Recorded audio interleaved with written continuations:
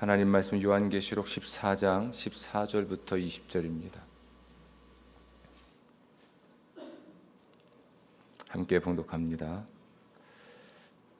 또 내가 보니 흰 구름이 있고 구름 위에 인자와 같은 이가 앉으셨는데 그 머리에는 금면류관이 있고 그 손에는 예리한 낫을 가졌더라.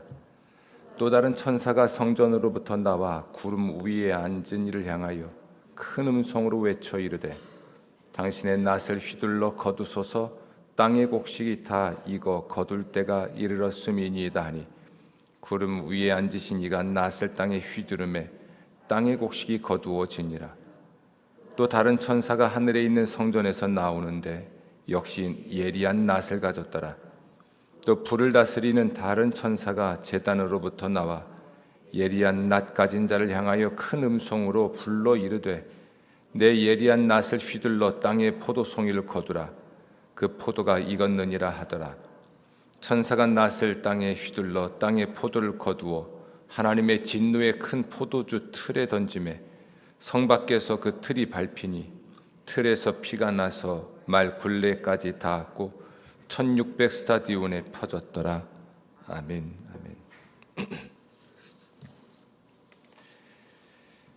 목적이 이끄는 삶의 저자로 유명한 릭 워렌 목사님께서 올해 2022년 8월 28일 담임 목사로서 전하는 마지막 설교에서 1980년 그 세들백 교회를 개척할 때 그 첫 설교의 메시지를 꺼내 들었습니다.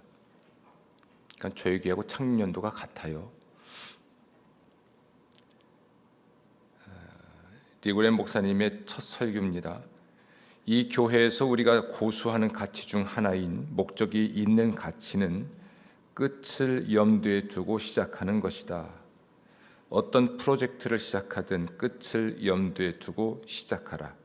이를 목적이 이끈다고 일컫는다. 교회를 개척하고 그 첫 설교하는 시간에 끝을 염두에 두고 시작을 했죠. 리고렌 목사님은 끝을 염두에 두고 시작을 했고 43년간의 성역, 한 교회를 개척하고 그 교회에서 43년을 목회를 하고 은퇴하는 은퇴사에서 첫 설교를 꺼내 들은 것입니다.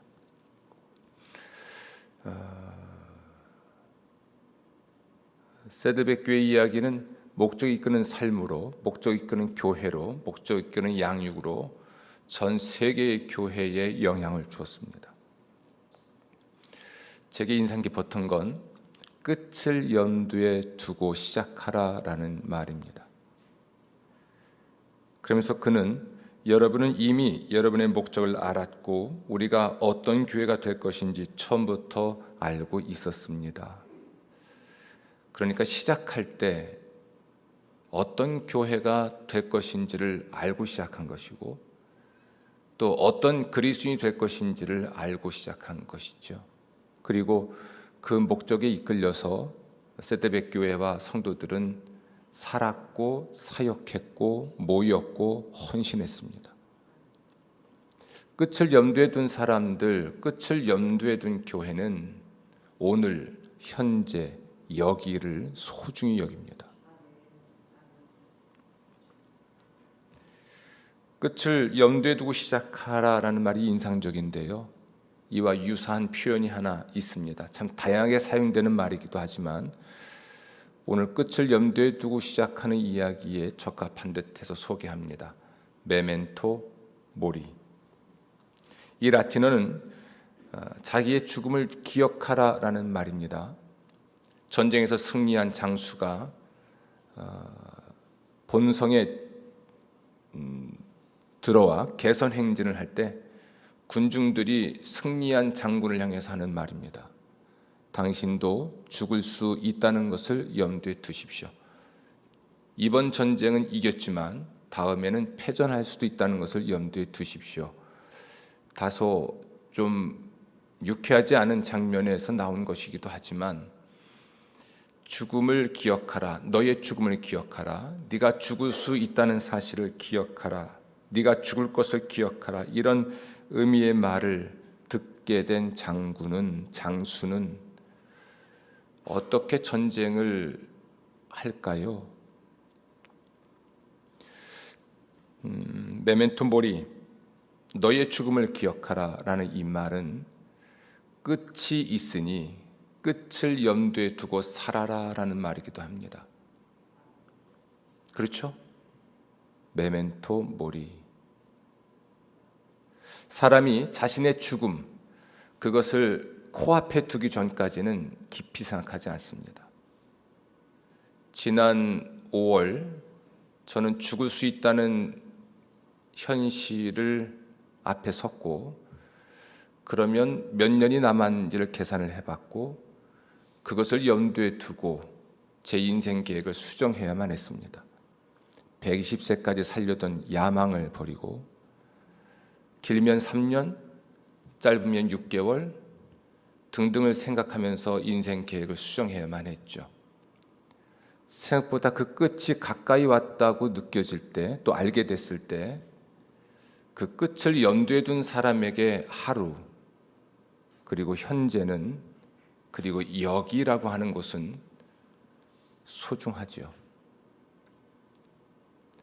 메멘토 모리, 너의 죽음을 기억하라. 이것은 끝을 염두에 두고 살아가는 사람에 관한 교훈인데, 그러면 오늘 현재 여기서 어떻게 살 것인가, 이와 관련된 또 다른 라틴어를 소개하고자 합니다. 까르페 디엠. 물론 이 말이 좋은 의미로 사용되지는 않았습니다. 이 말은 현재를 즐겨라, 오늘을 즐겨라 라는 말로 사용됐습니다. 로마 사회에 쾌락에 탐닉하는 사람들에게, 또는 쾌락에 탐닉하는 사람들이 하는 말이었지만, 너의 죽음을 기억하라 라는 말과 같이 사용한다면 굉장히 의미가 있는 말로 사용될 수 있어요. 너의 죽음을 기억하고 까르페 디엠, 현재를 잡아라. 오늘을 살라는 것이죠. 끝을 생각하고 그 끝에 어떤 사람이 되어 있을까? 그 끝에는 어떤 교회가 되어 있을까? 그것을 생각하면 오늘, 현재, 여기서 까르페 디엠, 그 현재를 붙잡아라. 그 현재를 살아야 하잖아요, 우리는. 시한부 인생을 살아야 하는 사람들은 하루 1시간이 소중합니다. 그리고 그 시간을 누구와 함께 보낼 것인지, 또 무엇을 하며 살 것인지를 신중히 생각을 하죠. 성경은 끝을 염두에 두고 살라라고 말을 해요. 그 끝은 인간의 운명입니다. 히브리서 말씀에 의하면 한 번 죽는 것은 사람에게 정해진 일이죠.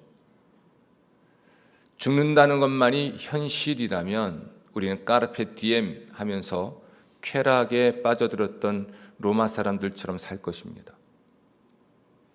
그러나 그 후에 심판이 있다는 것을 염두에 둔다면 까르페 디엠, 이 현재를 붙잡는다는 것이 심판을 준비하는 삶으로 살게 되겠죠.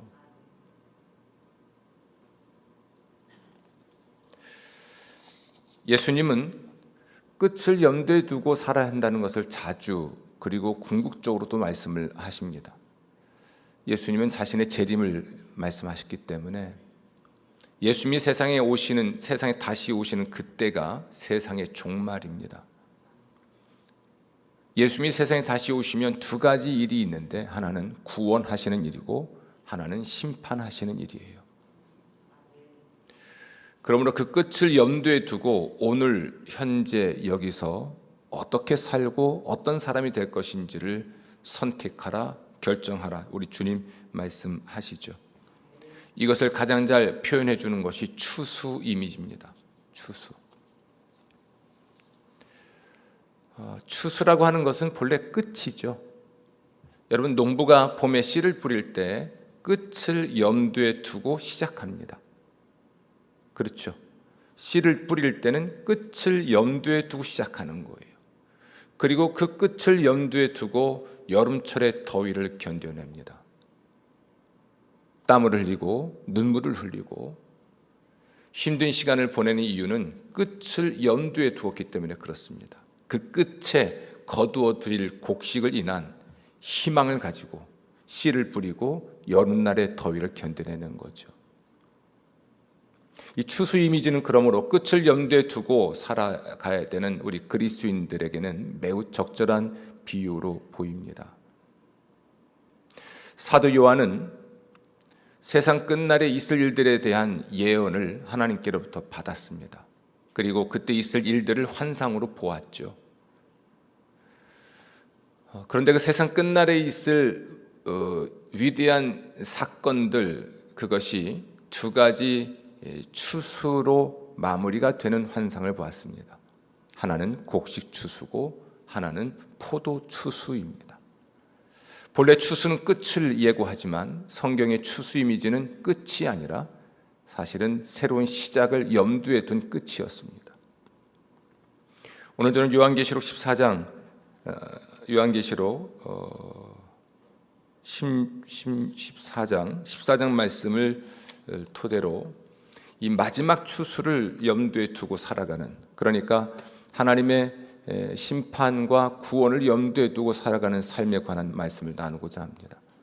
오늘이 2022년 추수감사 주일이기 때문에 그런데요, 끝을 염두에 두고 시작하는 것은 기독교의 위대한 전통이고 성경의 가르침이기 때문에 그렇습니다. 다음 주는 대림절입니다. 교회의 시간 개념에는 창조를 기억하기보다 예수님의 재림, 그러니까 세상의 끝을 먼저 기억하고 시작을 합니다. 교회력에 의하면 새해는 다음 주 대림절입니다. 예수님의 재림을 기대하고 기다리는 것으로 시작하는 것이죠. 이것이야말로 끝을 염두에 두고 시작하는 기독교의 시간 개념을 담고 있죠. 우리는 매년 이렇게 추수감사주일부터 대림절을 준비하는 이야기를 듣겠죠. 그러니까 끝을 염두에 두고 시작을 하게 될 것입니다. 오늘 요한계시록 말씀을 토대로 끝을 염두에 두고 시작하는 사람들은 어떤 삶을 살까, 또 어떻게 살아야 되는지 하나님께로부터 듣고자 하니까 귀를 기울여 들으시고 현재 여러분의 모습도 좀 살펴보시고, 그리고 미래의 모습을 그려보시기를, 그리고 우리 교회의 미래는 어떠할 것인지도 생각해 보시기를 부탁을 드리겠습니다. 아멘. 먼저 우리는 본 추수에 앞서 첫 열매를 거두는 추수가 있다는 걸 생각해야 합니다. 기왕이면 여러분 첫 열매가 되시기를 부탁을 드립니다.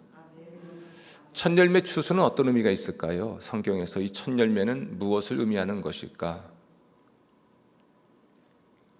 여러분, 물론 이 첫 열매는 나머지 곡식이 익기 전에 혹은 추수하기 전에 첫 것을 거두어 하나님께 드리는 것이 첫 열매 신앙이에요. 첫 것을 거둔다는 것은 이후의 추수를 보장하는 것이고 또 보증하는 것입니다. 아멘.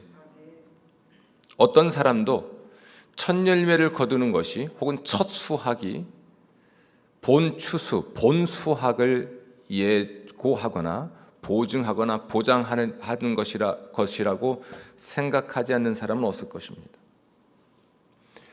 성경에 의하면 이 첫 열매는 14만 4천이라는 숫자로 표현이 됩니다. 요한계시록에 의하면 이 첫 열매는 14만 4천이라는 숫자로 표현이 돼요. 요한계시록 7장 4절에 가면 14만 4천이라고 하는 유대인들을 대표하는 숫자가 나와요. 유대인들은 12지파로 구성되어 있고 각 지파별로 12,000명씩 12지파이기 때문에 14만 4천입니다. 그러니까 각 지파별로 12,000명은 본 지파를 대신 혹은 대표합니다. 따라서 14만 4천은 유대인, 본 유대인들 전체를 대표하는 숫자, 상징적 숫자가 맞죠. 요한계시록 7장 4절에 나와 있는 14만 4천이 요한계시록 14장에 가면 처음 익은 열매로 표현이 됩니다. 처음 익은 열매. 따라서 이렇게 말할 수 있습니다. 유대인들을 대표하는 14만 4천은 앞으로 유대인들이 구원을 받을 것을 보장하는, 또 앞으로 유대인들을 대표할 수 있는 구원받은 숫자들로서 첫 열매입니다. 아멘, 아멘. 여러분 요한계시록 펴 놓으셨으면 말씀을 좀 보죠. 요한계시록 10장 1절부터 5절입니다. 또 내가 보니 보라 어린 양이 시온 산에 섰고 그와 함께 14만 4천이 서 있는데 그들의 이마에는 어린 양의 이름과 그 아버지의 이름을 쓴 것이 있더라. 내가 하늘에서 나는 소리를 들으니 그들이 보좌 앞과 내 생물과 장로들 앞에서 새 노래를 부르니 땅에서 속량함을 받은 14만 4천 밖에는 능히 이 노래를 배울 자가 없더라. 이 사람들은 여자와 더불어 더럽히지 아니하고 순결한 자라. 어린 양이 어디로 인도하든지 따라가는 자며 사람 가운데에서 속량함을 받아 처음 익은 열매로 하나님과 어린 양에게 속한 자들이니 그 입에 거짓말이 없고 흠이 없는 자들이더라. 아멘. 이 14만 4천은 우선 1차적으로 유대인들을 대표하는 상징적 숫자이고, 또 좀 넓게 보면 모든 유대인들을 염두에 둔, 모든 유대인들 가운데서 하나님의 구원을 받게 될 모든 사람들을 대표하는 인물들이죠.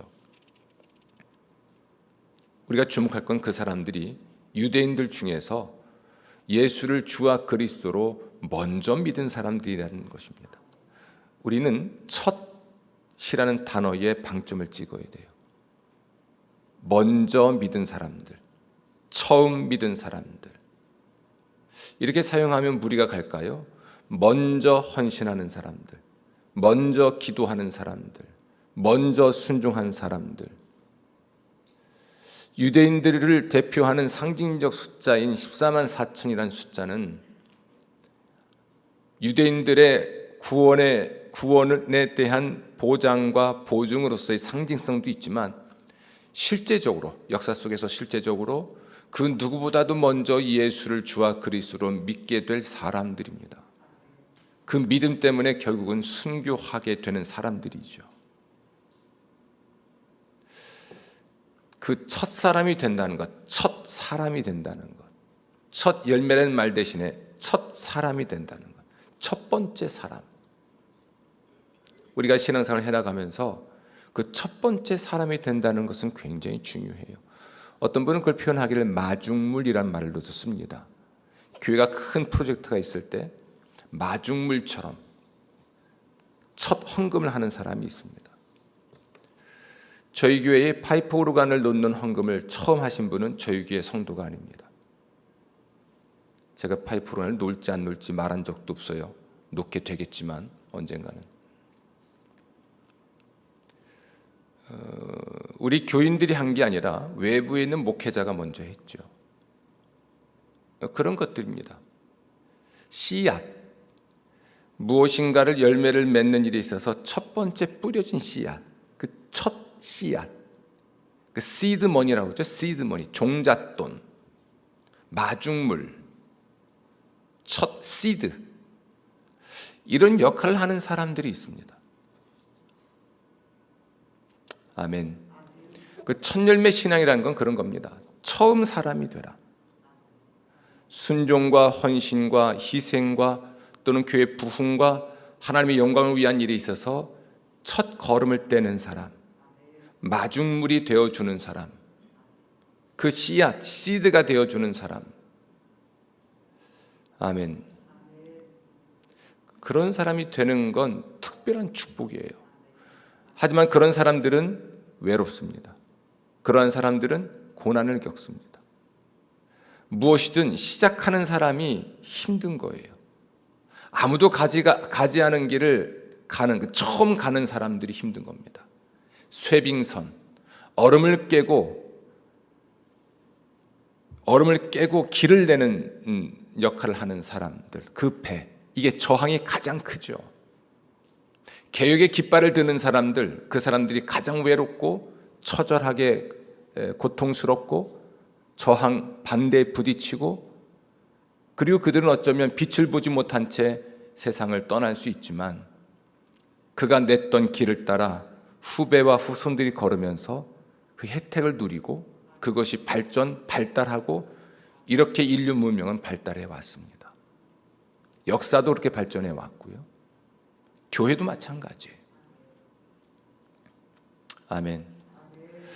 1980년 세들백 교회가 개척될 때 리고렌 목사님이 했던 첫 번째 설교, 그리고 40여 년, 43년이 지나 그 교회를 떠나면서 했던 그 마지막 말들을 살펴보면 이게 얼마나 외롭고 힘든 싸움이었는지 전 짐작합니다.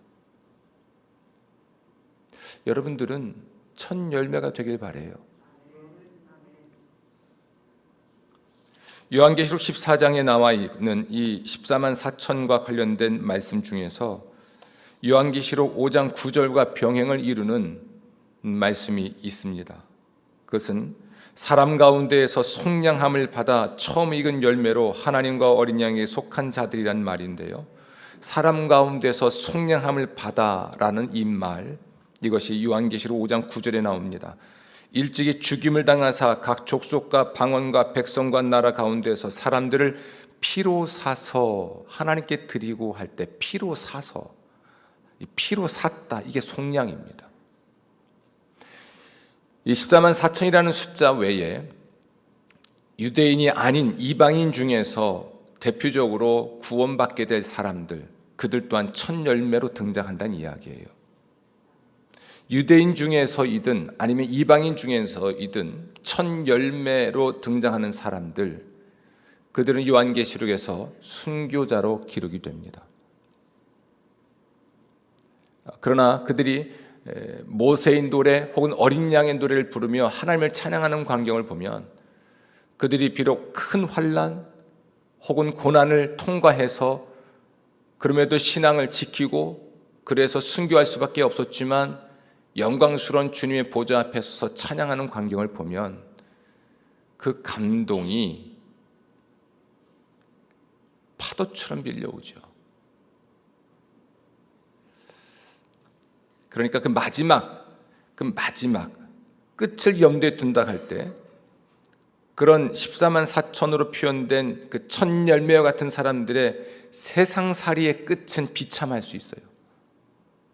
환난을 지나야 되니까, 고난을 겪어야 되니까, 그러함에도 불구하고 요한계시록 14장 말씀처럼 신앙을 지켜야 되니까. 그러나 세상 끝, 주님 다시 오시는 그 세상 끝날에는 그 누구도 누릴 수 없는 영광을 먼저 누리는 사람들이 됩니다. 아멘. 우리의 추수 이미지와 관련해서 먼저 마음에 새길 것은 첫 열매가 되는 영광을 누리시라는 겁니다.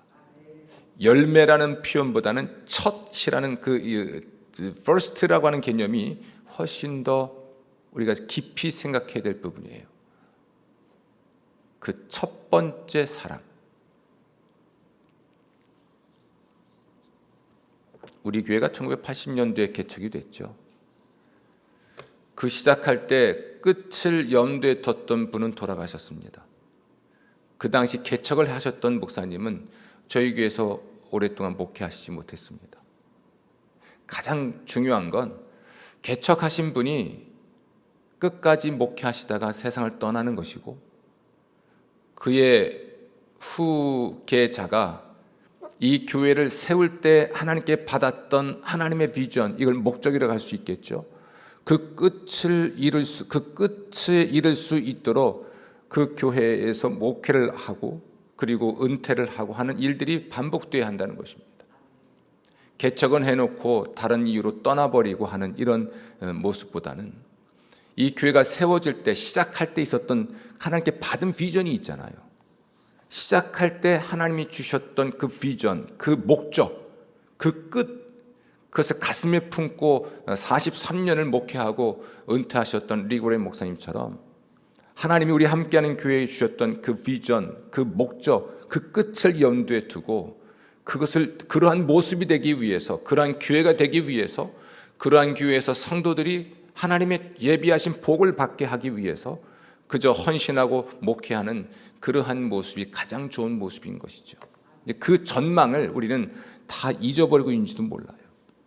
성경은 신자의 끝, 그러니까 개인적인 종말로서 죽음 말고 예수님 다시 오셨을 때 세상을 심판하시고 구원하시는 그 끝자락에 어떠한 모습으로 내가 주 앞에 설 것인지를 염두에 두고 우린 예수를 믿는 거거든요. 교회도 그렇고 개인도 그렇습니다. 그걸 염두에 둔다면 오늘 현재 여기가 얼마나 소중한지 아십니까? 오늘 현재 여기가 얼마나 소중할까요? 좀 다른 질문을 한번 해볼게요. 여러분, 우리 교회의 끝에 대한, 우리 교회의 끝 모습에 대한 설레임이 있습니까? 교회의 끝이라고 하는 것, 우리 함께하는 교회의 미래 혹은 그 끝이라고 하는 것에 대한 그 영광스러움에 대한 기대가 있습니까? 오직 여러분 개인의 인생과 여러분 개인의 삶의 편안함과 혹은 성공과 여기에만 혈안되어 있는 것인지, 아니면 교회의 미래에 대한 꿈이 있는 건지, 어떤 꿈을 가지고 있길래 그렇게 반대를 하고 때로는 도전하고 또는 비방을 한 것인지, 어떤 꿈을 가지고 있길래 그렇게 헌신하고 희생하고 눈물을 흘리는 것인지, 하나님의 교회에 대한, 이 교회의 미래에 대한 그 꿈이 있는 건지 있으세요, 여러분? 여러분 개인 인생에 대한 꿈은 무엇입니까? 여러분은 세상 떠날 때 어떤 사람으로 평가받을 것 같아요? 여러분이 세상을 떠날 때 함께하는 교회에서는 어떤 인물로 평가받을 것 같습니까? 어떤 사역자였습니까?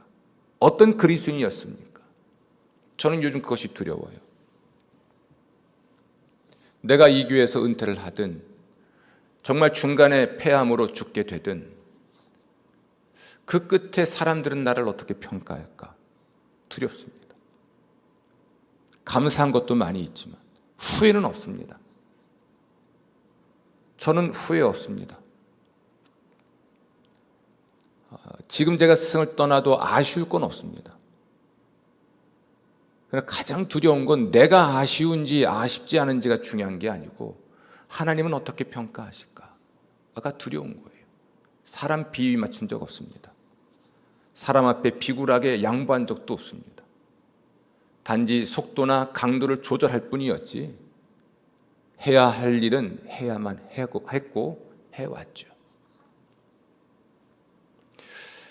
오늘 추수감사주일이에요.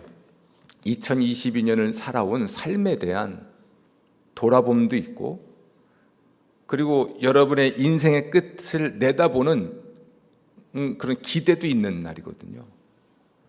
자, 오늘로 여러분의 인생이 끝났습니다. 그러면 여러분 거둘 게 뭔가요?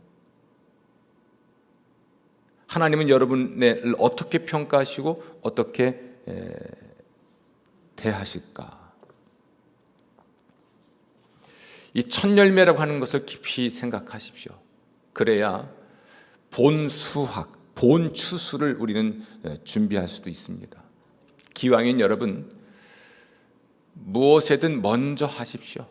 순종도 먼저 하시고요. 그리고 끝까지 하시는 겁니다. 헌금도 헌신도 먼저 하시는 거예요. 하지도 않으면서 말만 무성하지 마시고, 할 것처럼 했다가 뒤로 빠지지 마시고, 시작하시고 끝까지 하시는 겁니다.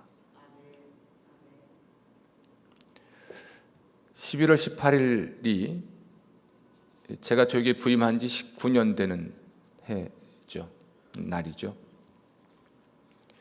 함께 식사를 좀 하면서 지난 19년도 돌아봤고 애환이 있었으니까, 그러나 기쁨도 있었고 의미 있는 추수감사주일을 저는 보내고 있습니다.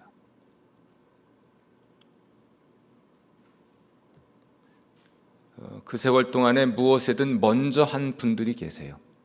기도이든 예배이든 헌금이든 헌신이든 어떤 사역이든 먼저 뛰어들고 먼저 그 일을 시작하는 사람들이 있습니다. 마중물이 된 사람들. 그리고 그분이 교회의 대표 선수가 되죠. 여러분 모두 그러한 분들 되십시오. 그런 분들에게 주님의 축복이 있습니다. 분명히 있습니다. 오늘 읽은 요한계시록 24장 말씀에는 이제 본 추수 이야기가 나옵니다. 하나는 곡식 추수고 하나는 포도 추수입니다. 이 곡식 추수는 신자들의 온전한 구원에 관한 것이고요. 포도 추수는 불신자들에 대한 최종 심판에 관한 것입니다.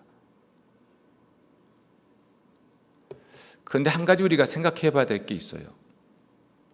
요한계시록을 천천히 읽다 보면 끝이 좋지 않은 사람들이 나와요. 신앙을 배반하는 사람들, 자신의 직무를 떠난 사람들, 배교한 사람들이 등장한다는 얘기입니다. 마음이 아프죠. 곡식을 추수하고 그 곡식을 곡간에 드릴 때에 그 곡식은 정말 알곡들이에요. 예수님의 비에 나와 있는 곡식들이죠. 가라지가 아니고. 그런데 포도를 거두면 이 진노의 포도즙 틀에 넣고 밟아서 그 붉은 빛이 그 포도주가 흘러나오는 장면이 오늘 본문에 있는 거거든요. 이것은 하나님의 구원의 영광스러움과 심판의 잔혹함을 말해줍니다. 근데 이게 끝까지 곡식으로 남아서 열매가 되는 것이 매우 중요한데요. 7년대 환난을 겪게 된다든지 아니면 이런 큰 환난, 7년대 환난이나 또는 후 3년 반에 있을 큰 환난이나 아니면 그 전에 7년대 환난이 이전에 그리스도인으로 살아가면서 겪게 되는 고난과 역경이든 뭐가 됐든지 간에 그런 신앙의 박해기에는 배교자들이 반드시 등장합니다. 배교자들. 신앙을 배반하거나 자신의 직무를 떠나는 사람들이 반드시 등장하는 것이죠. 그러고 난 다음에 주님의 심판이 있어요. 또 그 주님은 심판하는 시간을 통해서 구원하시고 시상하는 일이 있고 그리고 멸망시키고 형벌을 주는 시간이 있습니다. 끝을 염두에 둔 사람들이 항상 이것을 생각하기 때문에 저도 말씀드렸죠. 두렵다라는 말씀 드렸어요. 두렵다.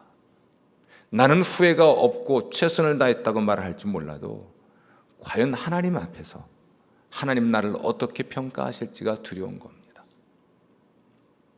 이 이야기를 드리면서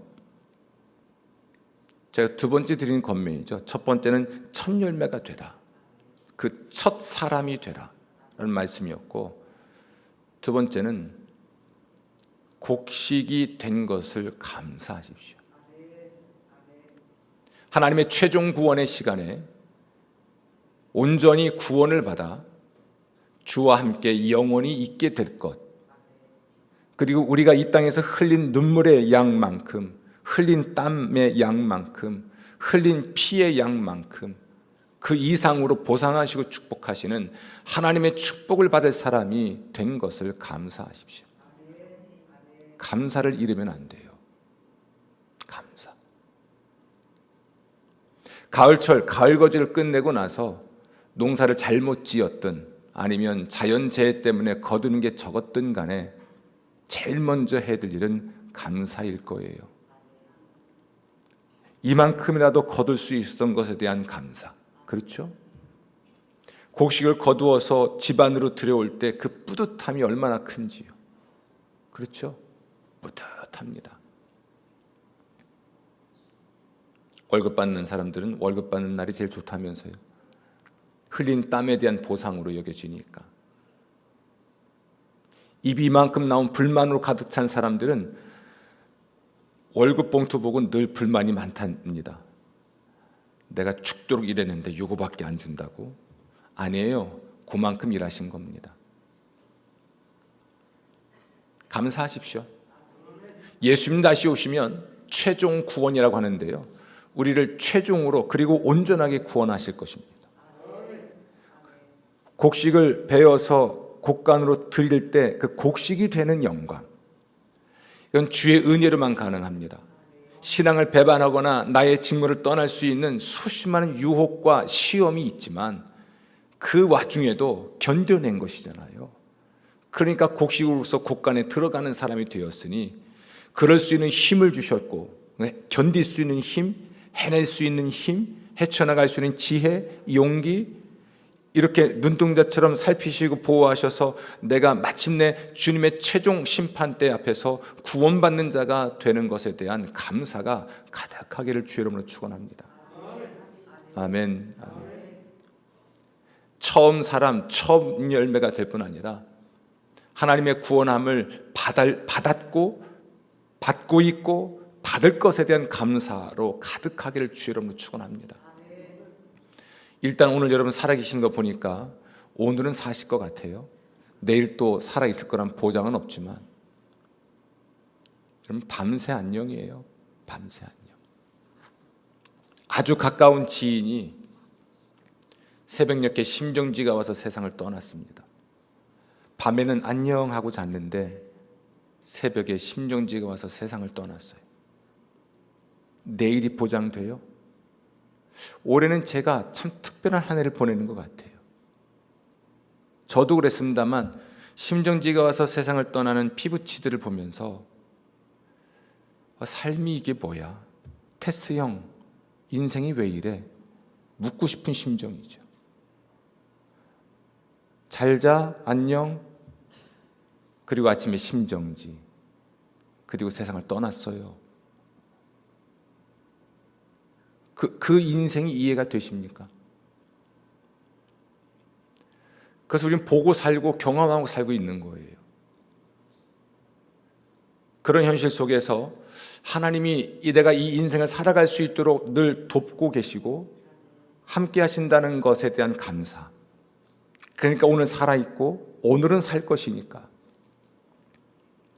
또 내일도 주님께서 살리시면 살겠고 내일도 주님이 내게 복을 주실 것을 기대하는 그 기대감에 가득 찬 그런 감사가 있기를 주의 이름으로 축원합니다. 감사할 수 있길 바라요. 숨을 쉬고 있는 것, 사랑하는 사람과 같은 공간에서 밥을 먹을 수 있는 것, 이렇게 깨끗하고 쾌적한 공간에서 예배를 드릴 수 있는 것, 이 작은 것 하나까지도 감사할 수 있기를 바라요. 그 감사가 가득하면 예배도 감격스러운 거예요. 일상 속에서의 감사가 가득하니까 주일날 들어와서 드리는 예배가 감동스러울 수밖에 없죠. 아멘. 그러면서 혹여 배신하지 않도록 조심하세요.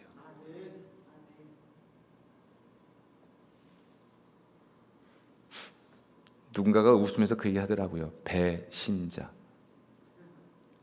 신자가 배반을 하면 배신자가 되는데요. 배신자, 신앙을 배반하는 사람.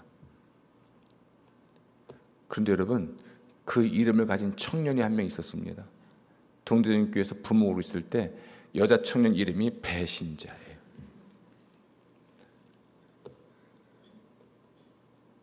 신앙의 절개를 지킬 힘을 주시는 하나님, 자신의 직무에 충성할 수 있는 힘을 주시는 하나님 때문에 감사할 뿐 아니라 혹여 세상 유혹과 역경 때문에 신앙을 배반하고 직무를 떠나지는 않을까를 고민하면서 조심스럽게 살아가십시오.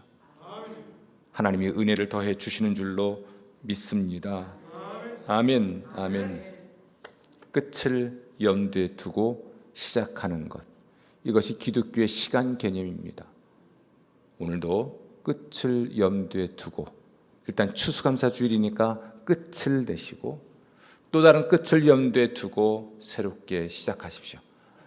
여러분의 삶이 의미가 있고 가치가 있을 것입니다. 내년 이맘때쯤 다시 한번 끝을 볼 것이고 또 다른 시작을 기대하기를 바랍니다. 10년 후에 여러분이 어떤 분이 되어 있을지를 기대하면서 오늘 현재 여기서 하나님의 뜻을 따라 살아가는 하나님의 종들 되시기를 주의 이름으로 축원합니다.